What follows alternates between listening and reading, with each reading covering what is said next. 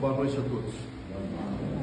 Primeiro agradecer, né, a Dona Iraci, a confiança, né, o crédito, né, para a gente estar juntos aqui estudando temas importantes, né, e de ajuda dos espíritos, né, que conduzem a casa. Na verdade, o trabalho é deles, né.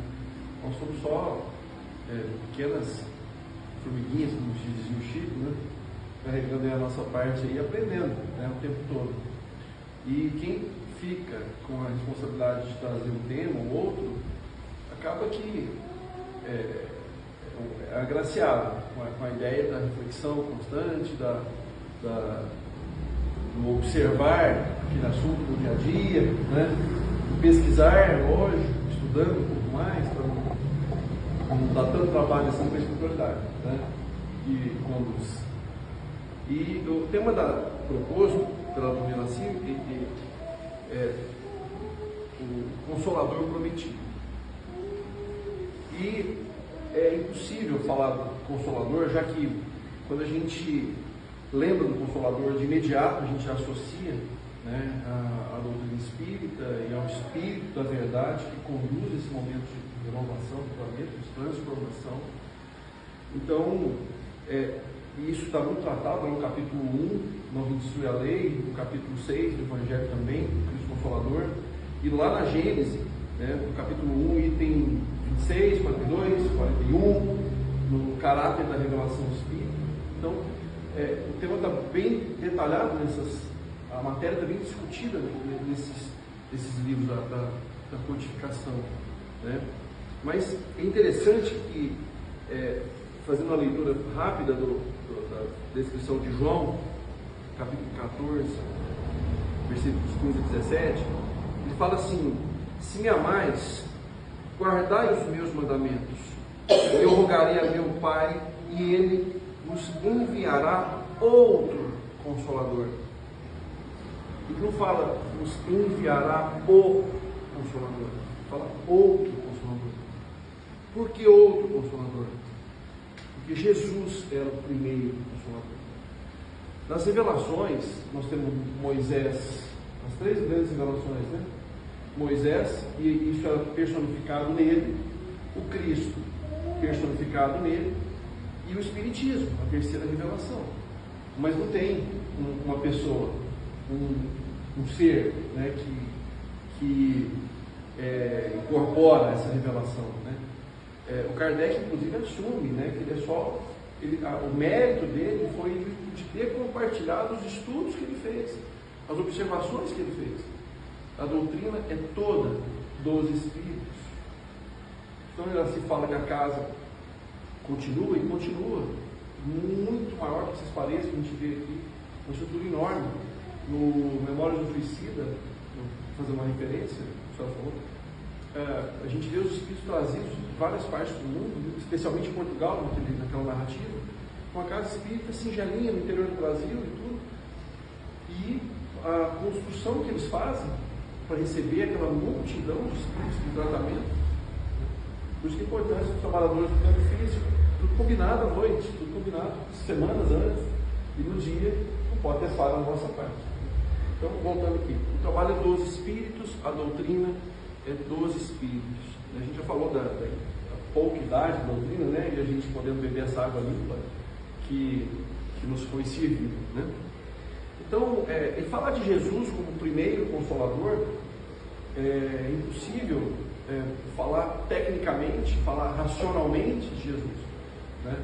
Eu tenho pensado muito nisso, decorar versículos, saber nome de livro, capítulo, um despejo intelectual de memória, de conhecimento, etc. Não quer dizer nada. Se a gente não tiver sentimento para falar de Jesus, se a gente não desenvolver sentimento, amor, nós não vamos entender Jesus. É muito comum a gente, nossa, li ontem o Evangelho, essa lição, já tinha lido semana passada, e eu tive uma percepção diferente, eu tive nossa, não tinha visto isso, não tinha observado isso na leitura do Evangelho. Quem não passa por isso, né? A gente estuda o Evangelho a vida inteira, cada vez, porque nós vamos dilatando, nós vamos ampliando, nós vamos amadurecendo né, os nossos sentimentos, e à medida que isso acontece, a gente consegue captar coisas diferentes a cada leitura, à medida que nós evoluímos, à medida que nós ampliamos esse nosso conhecimento. O Haroldo, a Carla é especialista em Haroldo, ela conseguiu me. Eu tenho acompanhado algumas palestras dele, e ele fala muito disso. Ele fala num trecho, ele fala de ampliar o recipiente. Quanto maior o recipiente, mais nós conseguimos juntar, mais nós conseguimos recolher. Né? Não basta só recolher, tem que reter, né? Tem que vivenciar, nós temos que praticar. A obra, você também falou no começo, que faz sentido.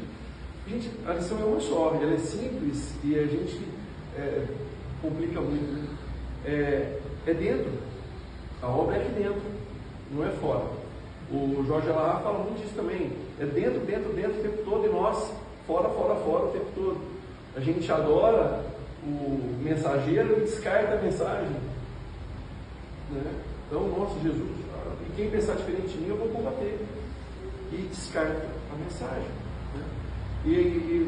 Voltando a essa ampliação do recipiente, você passa 30, 40 anos estudando doutrina espírita, se você não desenvolve sentimento, você vai encolher muito pouquinho. Né? Então, falar de Jesus, lembrar dele como o primeiro Consolador, ponto importante para a gente avançar, para pensar na doutrina espírita, que é a revivescência dos ensinamentos de Jesus. Né? Reviver, viver de novo, reconstruir, construir de novo. Então, refazer, fazer de novo. A revivência, viver de novo é porque nós descaminhamos, nós interpretamos de forma diferente. E quando ele fala que enviaria outro Consolador, ele sabia que as crenças humanas, as religiões humanas, que são, né, religiões do homem, não seriam suficientes para nos consolar. Isso o Arthur Valadares também trata numa palestra dele. Não seria suficiente para nos consolar. Esse fora, fora, fora do Alahá, trazendo esses caras que estão, né, os novos Paulo de Tarso, né, que estão pregando Jesus, né, espalhando a mensagem, esse fora, fora, fora nos afastou da mensagem original, nos afastou do contexto original.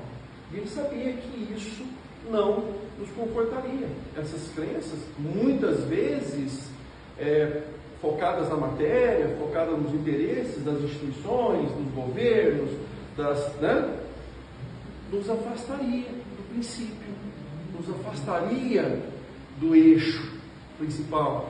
Então teria que ser enviado outro Consolador. E o que chama a atenção, eu não marquei, vou ficar de olho ali, né? Tá bom? Tá. E o que nos chama a atenção é o zelo, como tudo isso foi construído. Cada coisa no tempo certo. Né? Se a gente olha no Velho Testamento, a gente vê, antes um pouquinho, falando ao caminho da luz, um livrinho de 200 páginas, foi construído de 17 de agosto a 21 de setembro de 38. Então, um mês e pouquinho, esse livro veio e conta desde a gênese planetária, quando a nossa massa da Terra desprende do Sol, Jesus, como um grande artesão, modela isso tudo e deixa em condições para nos receber. Começa desde as trás desse processo. Né? Lá fala da vida organizada, das raças, da construção dos povos, passa pela China, Grécia, chega Jesus, no momento certo, para trazer a mensagem de Deus. Depois de Jesus, o Império Romano, as guerras, as cruzadas, a igreja, aí chega no século XIX, que explode a ciência, né? Que eclode o conhecimento, né? E precisava dos dois, para que então o Espiritismo pudesse ser entendido.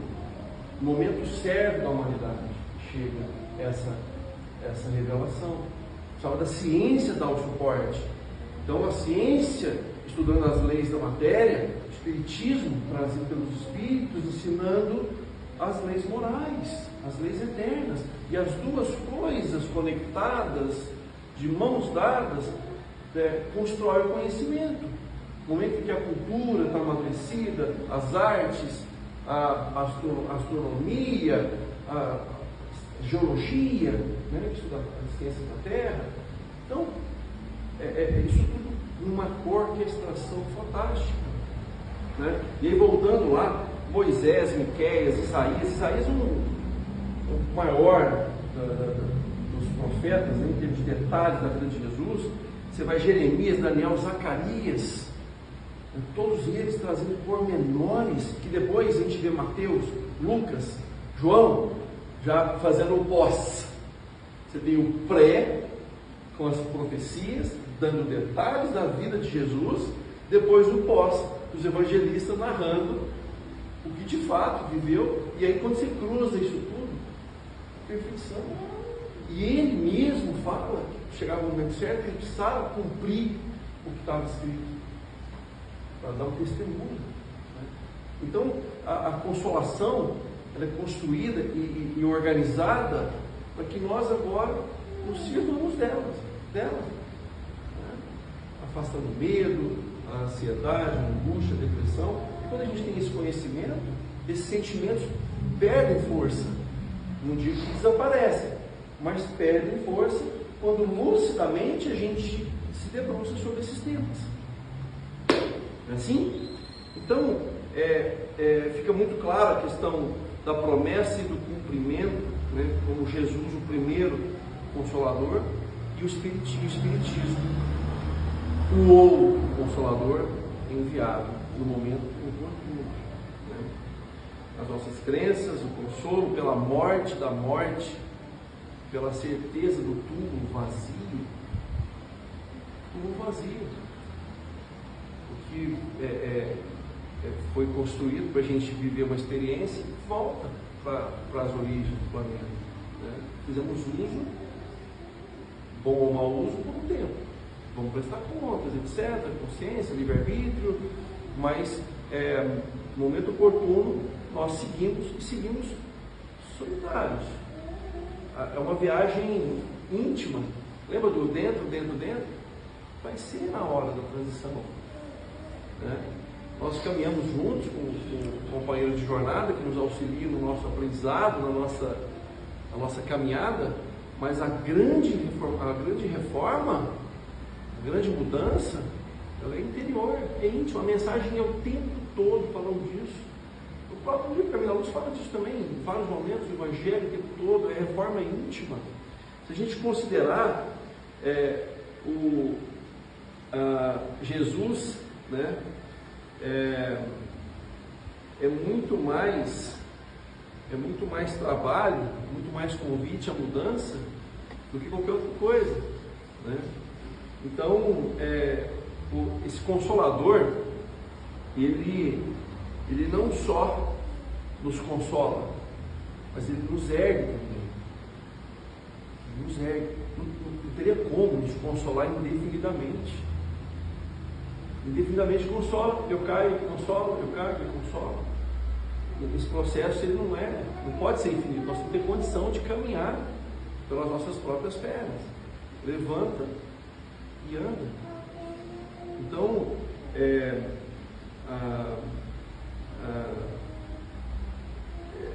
a responsabilidade pelo conhecimento, né? As bem-aventuranças, se a gente for considerar, né, elas têm muito mais provocação para mudança, né, do que qualquer outra coisa. São recados que Jesus nos trouxe ali, que o tempo todo é convite à mudança. São 8 bem-aventuranças que, se ele viesse só para aquilo ali, já estava feita, já estava dada a missão, já estava cumprida, né?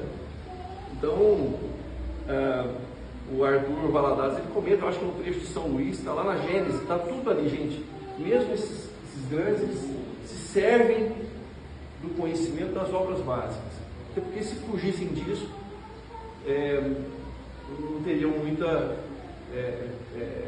credibilidade, né? Então a gente tem que estar sempre vinculados a isso.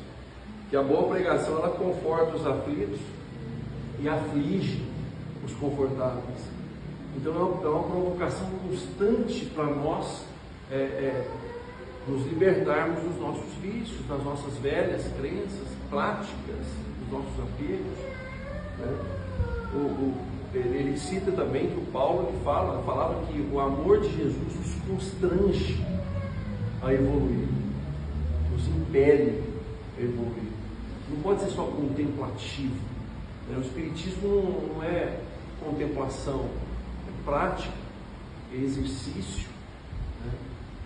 Então, os desafios que estão no Sermão da Montanha são de fato mais desafios do que conforto, né? Jesus é o tempo todo chamado ao desafio, né? A mensagem dele, né? Mas o consolo, ele está presente, está presente.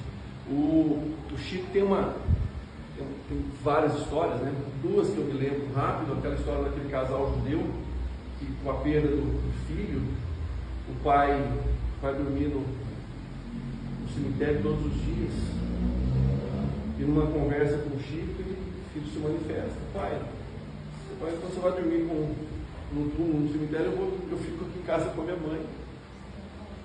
E aí ele nunca mais, ele faz isso porque ele percebe que o túmulo estava vazio, né? Não é a libertação da morte, não é a ideia de continuar com os nossos, de nos reunirmos com os nossos. Quer consolo maior que isso?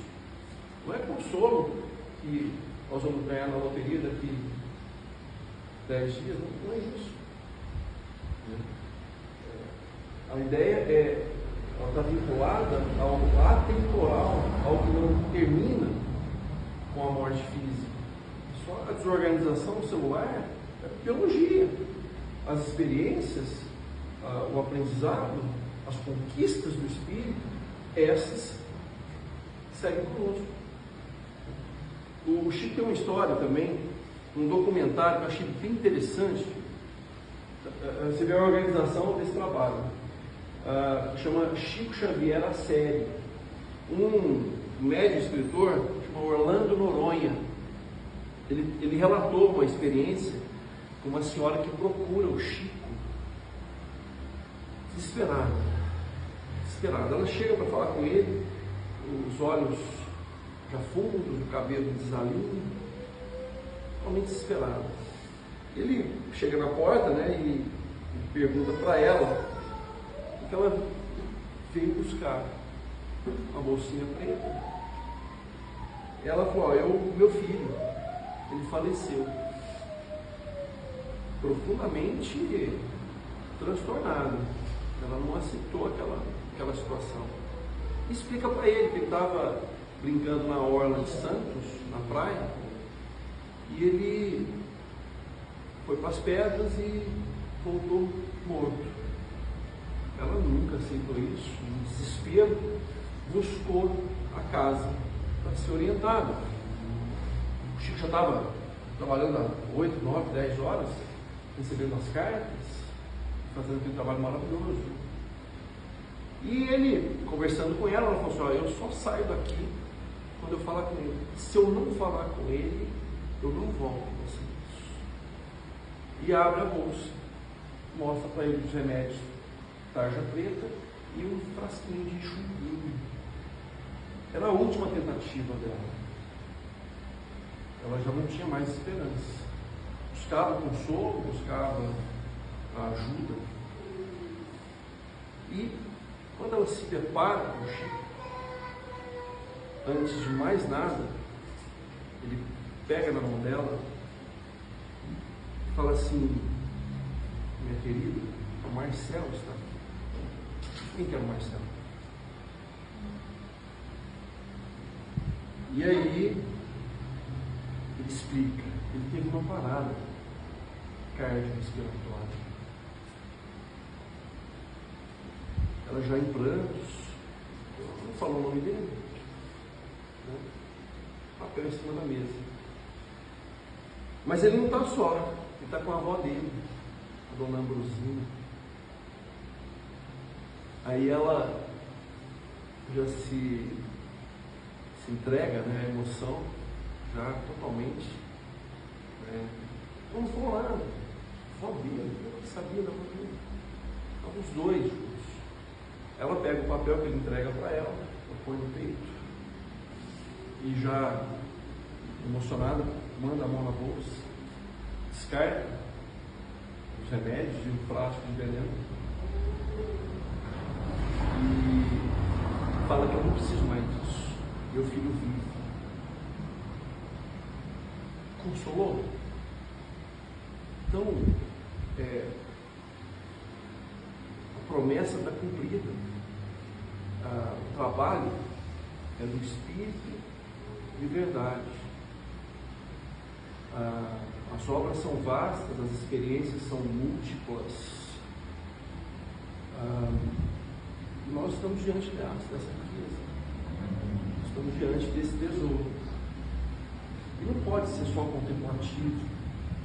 Não pode ser só para nossa apreciação durante 30 minutos por semana. Não pode ser só ritualístico. Eu vou, assisto a palestra, tomo passe, tomo água e não mudo nada.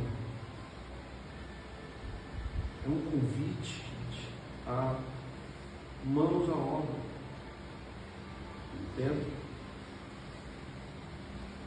Desprezar hábitos, deixar para trás o homem velho. Renovação é entrega plena. A cara contou sobre o desespero do parceiro do Francisco de Assis e ele, nossa, finalmente eu estou numa situação em que eu dependo só de Deus, mas de ninguém. Essa confiança sincera, verdadeira, é o que vai nos auxiliar nessa caminhada. E nós estamos aqui hoje fazendo essa reflexão, um assunto tão importante, né? Para que a gente consiga de fato fazer essas mudanças tão necessárias. Então, o levanta e anda precisa estar sempre nos martelando. Nós solicitamos ajuda, a ajuda está aí, o consolo está aí. Agora depende da gente a continuidade, a caminhada firmes, confiantes nessa verdade. Repito, não pode ser contemplativo, tem que ter senso prático, tem que ter pegada prática. E a obra é grande, né? O trabalho é grande, né? Não dá tempo para a gente trabalhar um texto do Universo e Vida, que fica com outra oportunidade, que materializa o consolo, nos dá detalhes da próxima fase que nos aguarda. Porque, por mais que a gente saiba que o trabalho é íntimo, que o trabalho é aqui dentro, as coisas estão mudando, o planeta está mudando. Né? Então tem um mundo muito melhor nos aguardando. Dá uma palhinha. Não, mas eu acho que o tempo. A ordem dela é melhor ser aprender. Vocês acham? Posso ler o texto? Posso ler? Então vamos ler o texto. Gente, para quem não sabe, o Universo e Vida é um livro de caráter totalmente científico. É legal estar num grupo de pessoas que entendam de ciência. Ciência nossa, ciência, não só o espiritismo. A ciência humana, para entender o que o Áureo falou lá atrás, 1940, 42, se não me engano. O último texto chama No Porvir. No Porvir. Esse livro ele carimba, hoje a NASA, a ciência, carimba muita coisa que foi falada naquela época. Então a ciência está conseguindo atingir aí, caminhar juntos em alguns assuntos da doutrina espírita. Mesmo que depois de passar a grande tempestade, o coração augusto do Cristo sangrará de dor, porque não será sem uma profunda e divina melancolia que verá partir para rudes degredes reeducativos os afilhados ingratos e rebeldes que não lhe quiseram aceitar a doce proteção. Os filhos da iniquidade, empedernidos no crime, cristalizados no orgulho, deixarão as fronteiras fisiomagnéticas da Terra em demanda das novas experiências a que fizeram jus. Mas aqui no orbe aliviado e repleto de escombros, uma nova idade de trabalho e de esperança nascerá o sol da regeneração e da graça. Nesse mundo renovado, a paz inalterável instituirá o progresso sem temores e uma civilização sem maldades. Os habitantes do planeta estarão muito longe da angelitude, mas serão operosos e sinceros, um tanto sofredores e endividados para com a eterna justiça, mas fraternos e dóceis à inspiração superior. A subsistência exigirá esforços titânicos, agricultura dignificada, um trato exaustivo das águas despoluídas, mas não haverá penúria e nem fome. Por algum tempo, muitos corações sangrarão no sacrifício de missões ásperas, na solidão e no silêncio dos sentimentos de impotência. Mas não existirá desespero, nem prostituição, viciações letais ou mendicância, infância carente ou velhice abandonada. A morte fisiológica continuará ilutando na amargura de separações indesejadas, mas o merecimento e a intercessão poderão proporcionar periódicos reencontros das almas amantes e saudosas, em fraternizações de fenomenologia sublimal. A ciência alcançará culminâncias jamais sonhadas. Naves esplêndidas farão viagens regulares a esferas superiores e as excursões de férias serão comuns a mundos de sempiterna beleza. Necessidades e fraquezas não poderão ser extirpadas por milagre, mas os frutos venenosos da maldade jamais chegarão aos extremos do homicídio. O Estatuto dos Povos manterá o Parlamento das Nações, onde excelsos espíritos materializados designarão em nome e por escolha do Cristo os governadores da terra. Sem monarquias, oligarquias, plutocracias ou democracias, haverá apenas uma espiritocracia evangélica, fundada no celeste platonismo do mérito maior, do maior saber, da maior virtude, para o serviço mais amplo e mais fecundo. Reinarão na terra a ordem e a paz. O amor universal será estatuto divino. A terra pertencerá aos mansos de coração. Consolo?